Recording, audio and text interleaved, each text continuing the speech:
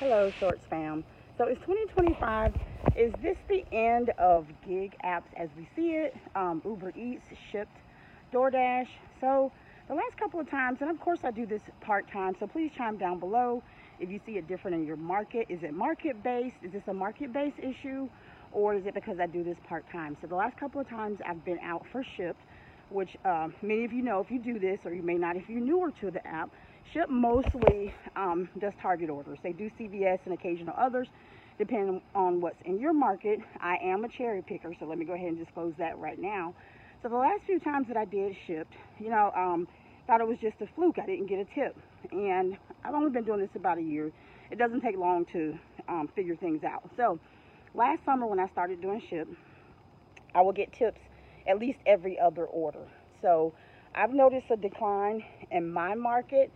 And a lot of times when you go on these different threads, Facebook, and things like that, you go on these different groups to see what's going on, what's trending through the gig apps and things like that.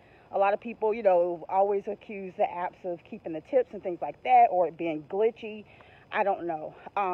So unfortunately with Shipt, when you accept an order, you accept it based on the base rate, as you'll see in the video right now.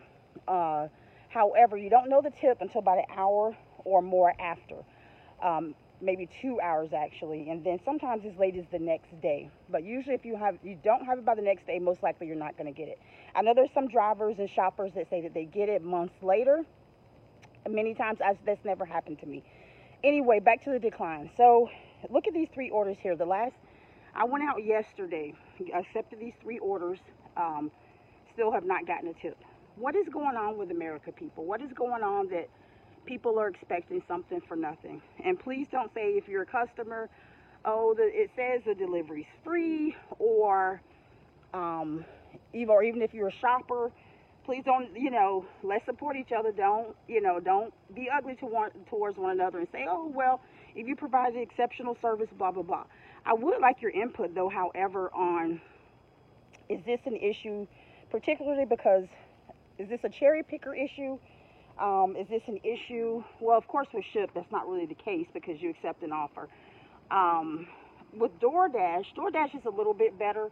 When I first started dashing, I would get easily $12 to $20 offers. Now, not so much. Now, I'll be out a while. Chime below, please, if you're seeing the same thing, where if you're lucky, $8 nowadays is a good offer, sometimes 11. I had one yesterday for groceries. It was $23 for 33 items. That's the most I've seen in a while. But when I glanced at the items, and if you know, you really have to be in the mood to do these shopping orders. And I received that offer after I had done the three Target orders that you saw. So shopping is not something that, it's something you get your groove going and things like that, but it's really not something you want to do all day, which is part of the reason why I really don't do Spark anymore. I may do it here and there occasionally, but the issue, same thing. I didn't really get a lot of tip baiters, so Spark was good in that aspect. But like I said, it seems like lately with all the apps, I'm beginning to wonder, is 2025 it? Is this going to be, it's starting to feel like it did in the very beginning, pre-pandemic, where you were basically only getting the base pay. But from what I've heard, since I've not been doing this as long as some of you, the base pay was a lot more generous than it is now. Now you're literally working for pennies. On Uber, I will occasionally receive some nice offers. I'll try to post that below. I got a catering offer offered to me. It was for $30. They had me at $30 because it was only going 4 miles. After the person tipped, I think I ended up getting $39 for the whole order. It was a Chick-fil-A order. I do have a catering bag. But again, those are few and far between. So is that what we're coming to now, people? Is that what the gig economy has turned into? Is it sustainable for somebody doing it part-time or even full-time? And with putting miles in your car and things like that, I'm not going to leave my house for these upside-down offers. I'm not going to leave my house for these 20-mile offers paying $5. Do you agree? But again, it's just saddening me. The reason I did do Shipt for a long time and even some of the grocery offers with DoorDash. The thing I do like about DoorDash is that the offer does include the tip. So what you see is what you get. Instacart, not so much. I posted here last week or the week before how a customer promised to pay 20 or 20, whatever it was, 20 and some odd dollars, and ended up giving me $7. I've never seen that with DoorDash. I've not always got the best reviews. I think out of about the 50 or 100 rolling ones, I only got 3 bad ones, which is not bad. You're not going to please everybody. Sometimes customers will hold it against you if something's out of stock. Sometimes they'll hold it against you if something's missing. But as you all know, those bags are sealed. We're not supposed to go in said bag. But anyway, again, do you think that the gig economy is going to be around in another 6 months to a year?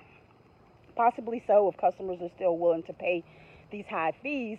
But what does that mean for the drivers such as ourselves when we're not getting tipped, when we're not getting compensated, not only in our base pay from the corporate gurus that run these platforms, but we're also not getting compensated from the customer because of the fact that they too are getting gouged by the gurus in charge. So how do you feel? Like I said, it's really disheartening when you're doing, I could always depend on the grocery orders to, get me a nice little tip. It was nothing to get a $5 tip used to be an insult for a grocery order. And then I'm seeing now I'm not even getting that. And it's not about attitude. You can provide the best service. And a lot of you, we all know, usually when a customer doesn't reply to you when you send the intro chat or other things, many times, maybe 50% of the time, not all the time, they may be a non-tipper. One time I had a lady come out and help me unload the groceries. So in my mind, I'm like, yeah, she's definitely not tipping. She tipped about 20% of her order in addition to making me a preferred customer. So I do hear a lot of times with the groceries, with Ship, that if you have some preferreds, you can try to build off those to build your tip base. But people, hey, we got to eat too, and we're out here putting the wear and tear on our car, whether we do it part-time, full-time, occasionally for a few extra bucks. When I first started getting involved in this, I like to eat out a lot. Me and my son, actually my son started doing it. He didn't have a job when he moved back to the area, and this was something to keep him afloat. He doesn't do it anymore. But I said, hey, I can do this. This is pretty simple.